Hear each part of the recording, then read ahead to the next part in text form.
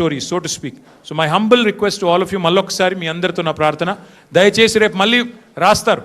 మన హరీష్ రావు గారు పోయినప్పుడు ఎట్లా అయితే ఇది అది అది ఇది అని వడ్డించి కొత్త కొత్త లీకులు రాస్తారో వాటిని విశ్వసించకండి. కావాల్సుకొని లేని ఉన్నట్టు ఉన్నాయి లేనట్టు ఏవేవో కథనాలు వడ్డించి రాస్తారు రేపు.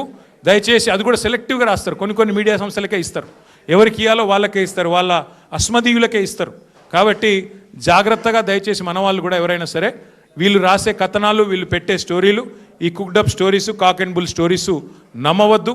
మనం చట్టాన్ని గౌరవించే పౌరులుగా ఎన్ని కేసులు పెట్టినా ఎదుర్కొందాం. కానీ ఈ ప్రభుత్వాన్ని, వారి వైఫల్యాలని ప్రజాక్షేత్రంలోనే చీల్చి చెండాడదామని చెప్పి మళ్ళొకసారి విజ్ఞప్తి చేస్తూ ఈరోజు సంఘీభావం తెలిపిన ప్రతి ఒక్కరికి ధన్యవాదాలు.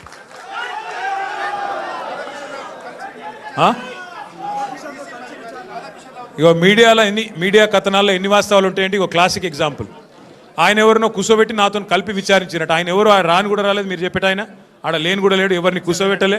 గదే అంటున్నా, ఎవరు మనిషి లేడు, ఆడెవరు లేడు. మరి అందుకే అంటున్నా, మీరు మీడియా వాళ్ళు కూడా చూసుకోవాలి. ఎవరితోనో కలిసి కూర్చోబెట్టి నన్ను విచారించినట్ట. పురుగు కూడా లేడు, ఆ పోలీసు వాళ్ళు నేను తప్ప ఆడెవడు లేడు. కాబట్టి ఇటువంటి అన్నీ ఉంటాయి. ఇప్పుడు టీవీలో వచ్చింది ఏంటంటే, ఫస్ట్ మాజీ డీసీపీ రాధాకృష్ణతో కూర్చోబెట్టి ఆ 2 ఫోటోలు మీది ఆయనది పక్కన పెట్టి అదొకటి పెట్టారు.